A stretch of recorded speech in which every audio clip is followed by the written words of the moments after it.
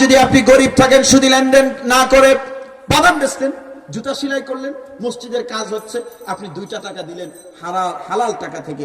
বুখারী শরীফের হাদিসে বলা হয়েছে, কেউ যদি তার হালাল উপার্জন থেকে একটা খেজুর সমান দান করে, তাকাব্বালাল্লাহু বিয়ামিনি, ছেড়ায় বাপেরে ছেলে দিতে চায়, কিন্তু ছেলের উপার্জন ভালো না, বাপে কয় যা তোরটা আমি নেব না, এই সুদের টাকাটা এর কয় যা তোরটা আমার দিতে কইছে কে, আমার দিবি না তুই। আর যখন একজন দিনদার মানুষ হালাল উপার্জন থেকে সামান্য 2টা টাকা আল্লাহ রাস্তায় দান করলো, হাদিসে বলা হয়েছে তাকাব্বালাল্লাহু বিয়ামিনি, আল্লাহ তার ডান হাতটা বাড়িয়ে ওই বান্দার দানটা কবুল করে নেন। আপনারা কি বলেন তাহলে, সুদি লেনদেন করে বিত্তশালী হলে লাভ, না সুদ থেকে মুক্ত থেকে প্রয়োজনে গরিব থাকতে লাভ? হ্যাঁ, কোনটা লাভ? এটা জান্নাতের পথ। আপনার নামাজ কবুল হবে, দান কবুল হবে, হজ কবুল হবে, সাদাকা কবুল হবে, আল্লাহর দরবারে সব কবুল হয়ে যাবে, কিন্তু আপনি গরিব থাকবেন না। আমি ছোট্ট একটা ঘটনা শুনিয়ে আলোচনা শেষ করব। ভাইয়েরা আমার মসজিদ মহল্লায় এক ওষুধের দোকানদার আছে, দীর্ঘদিন ধরে ওষুধের ব্যবসা করে। সে একটা সুদি কোম্পানিতে চাকরি করতো, মেবি ওই কোম্পানির নাম হচ্ছে আশা। আশা আছে না একটা, আশা না নিরাশা, ওইটা কোনটা? আশা না ব্রাক, ওইটা একটা আছে, ওইটাতে চাকরি করতো। ও বলছে যে একদিন আমার বাসায় আসছে মিষ্টি নিয়ে, এসে বলছে যে হুজুর আপনাকে গত জুমায় খুঁজলাম, পেলাম না, তো অনেকদিন ধরে আপনার সাথে সাক্ষাৎ করব। আমি বললাম কিসের জন্য? সে বলছে যে আপনি যখন এসেছেন মসজিদে তখন একদিন বলেছিলেন সুদি লেনদেন ছেড়ে দেওয়ার জন্য, তো আমি আমার ওয়াইফের সাথে পরামর্শ করলাম, প্রয়োজনে না খেয়ে থাকবো কিন্তু সুদ ছেড়ে দেবো। তো আমার বউ বললো ঠিক আছে, আমরা প্রয়োজনে কম খাবো, তুমি সুদ ছাড়ো। আমি ওই চাকরিটা ছেড়ে দিলাম, বেতন পেতাম 20,000। বলুন বেতন কত? ওই লোক বলছে যে 20,000 টাকার বেতনের চাকরি ছাড়লাম, কিন্তু নতুন চাকরি তো হয় না। ইন্টারভিউ দিই 7,000, 8,000, 9,000। 2-3 মাস পরে বউ কিছুটা ঘাবড়ে গেছে, একটু চিন্তা করে লোনের দরকার আছে না আগে, কিন্তু আমি আমার সিদ্ধান্তে অটল, আমি ভালো কাজ করেছি। লোকটি বলল দোকান খুঁজি, চাকরি খুঁজি, হয় না। তো পরে আমার এক বন্ধু বলছে তুই একটা ওষুধের দোকান দে। তো ওষুধের দোকান দিলাম, এমন জায়গায় দিয়েছি ভাড়ার টাকাও হবে না এরকম অবস্থা, কিন্তু আমি ধৈর্যের সাথে লেগেছিলাম আর সালাতের মাধ্যমে আল্লাহর কাছে রিজিক চাচ্ছিলাম। ওয়াস্তাঈনু বিস-সাবরি ওয়াস-সালাহ, আল্লাহ বলছেন সবর এবং সালাতের মাধ্যমে সাহায্য চাও। তা আমি নামাজ পড়ে পড়ে দোয়া করি আর মজবুত নিয়ত, না খেয়ে থাকবো, ওই সুদের চাকরিতে আর ফিরে যাব না। তো 5-6 মাস হয়ে গেছে, লোকটা আমাকে বলেন যে ব্যবসা চলছে, এই দোকানের ভাড়াটাও দিতে পারে না। হঠাৎ করে আমার এক বন্ধু বলছে যে দোস্ত, ওই 3 রাস্তার মোড়ে আমাদের একটা দোকান আছে, তুই যেহেতু ওষুধের ফার্মেসি দিয়েছিস, তাহলে ফার্মেসিটা ওইখানে ট্রান্সফার করে ফেল। আমি বললাম আমার টাকা নাই। লোকটি আমাকে বলছেন যে টাকা নাই। তো বন্ধু বলছে যে 2 লাখ টাকা সিকিউরিটি দিতে হয়, তুই 2 লাখ টাকা সিকিউরিটির টাকা পরে আমাকে দিস। সে আমাকে বলছে দোকান এখান থেকে ট্রান্সফার করলাম। সে লেটেস্ট ইনফরমেশন হচ্ছে, সে বলছে আলহামদুলিল্লাহ আমার দোকানে প্রতিদিন 50,000, 60,000 টাকা কেনা বেচা হয়। ওষুধের ব্যবসা করেন কেউ আছেন এখানে? নাই?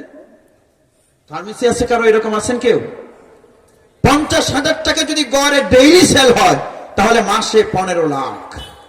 15 লাখ টাকা যদি মাসে সেল হয়, তাহলে লাখখানেক টাকা সেখান থেকে বেরিয়ে আসার সম্ভাবনা আছে না নাই?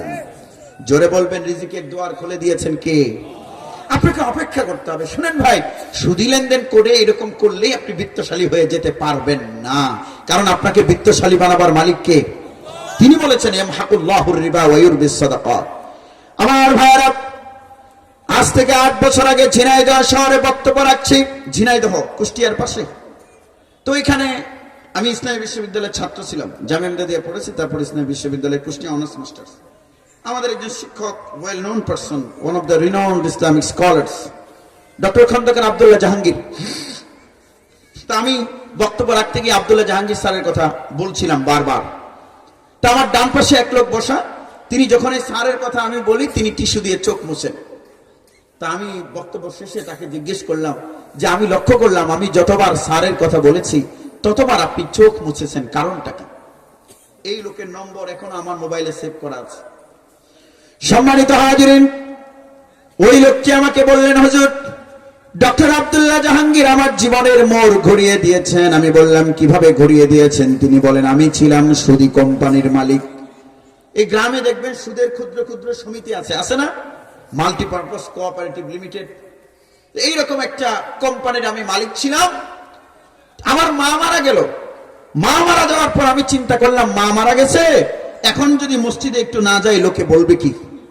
তো মসজিদে গেছি, যাওয়ার পর আমি দোতলায় নামাজ পড়ছি, মসজিদের ছাদের কাজ হবে। আমি মনে মনে নিয়ত করেছি মায়ের পক্ষ থেকে আমি একটু ডোনেট করব, কিছু একটা দেব, সামান্য কিছু একটা দেব। কিন্তু আমি তার বক্তব্য শুনলাম, লম্বা সময় ধরে বক্তব্য শুনে নিয়ত করেছি 3 তলার ছাদের কাজটা আমার টাকা পয়সার অভাব নাই, ছাদের কাজটা 3 তলার কাজ আমি একাই করে দেব। হুজুরের সাথে দেখা করলাম, আলোচনা প্রসঙ্গে হুজুর আমাকে সুদের ব্যাপারে দীর্ঘ সময় বয়ান করলেন। আমাকে বললেন, ডক্টর আব্দুল্লাহ জাহাঙ্গীরের ব্যাপারে বলছেন যে তিনি আমাকে সুদ ছেড়ে দিলে কি কি ফায়দা হয়, আর আমি সুদের টাকা দিলে নাকি দান কবুল হবে না, এটা তিনি আমাকে বললেন। আমি ওই জায়গায় বসে সিদ্ধান্ত নিয়েছি, আমি যদি ফকিরও হয়ে যাই তবুও আমি সুদ ছেড়ে দেব। আল্লাহ আপনার কাছ থেকে এরকম একটা নিয়ত চান।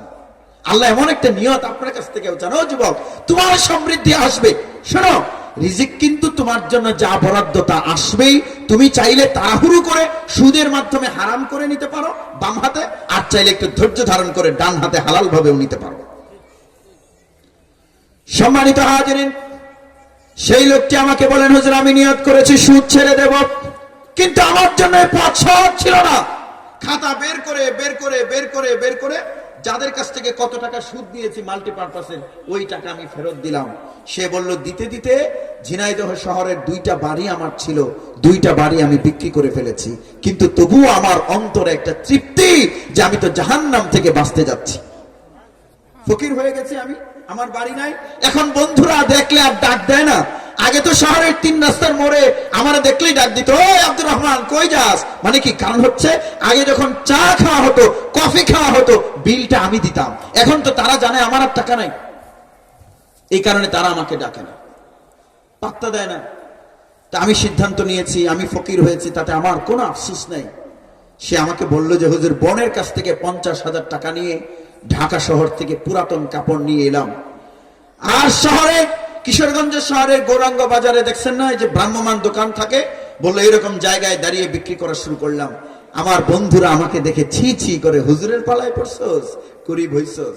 সেই লোকটি আমাকে বলল, হুজুর আমি এই বিক্রি করলাম 50,000 টাকার কাপড়ে, আমার 50,000 টাকা লাভ হয়েছে, বোনের টাকা দিয়ে দিলাম। এইভাবে এক সিজনে আমার পুঁজি হয়ে গেছে 10 লাখ। তিনি বলেন, মাত্র 5 বছর হয়েছে আমার ব্যবসায়, আমি কিন্তু জিরো হয়ে গিয়েছিলাম। আলহামদুলিল্লাহ, শহরে আমার এখন 3টা শোরুম আছে, 3টা শোরুম আছে। জোরে বলুন, দিয়েছেন কে? আপনি যদি সুদ ছেড়ে দেন, আপনাকে রব্বুল আলামিন দেবেন। আমাদের মজবুত একটা নিয়ত করা দরকার যে আমরা সুদী লেনদেনে থাকবো না ইনশাআল্লাহ। আপনারা কি রাজি আছেন? কে কে রাজি আছেন একটু হাত তুলে দেখান তো। হ্যাঁ, আমার সাথে সবাই একটু জোরে বলবেন, হাত সোজা করুন, একদম সোজা, জোরে বলুন, সুদ। এভাবে বললে হবে না, জোরে বলতে হবে, সুদ ছেড়ে দিলাম। হে আল্লাহ, আমাদের সবাইকে সুদ মুক্ত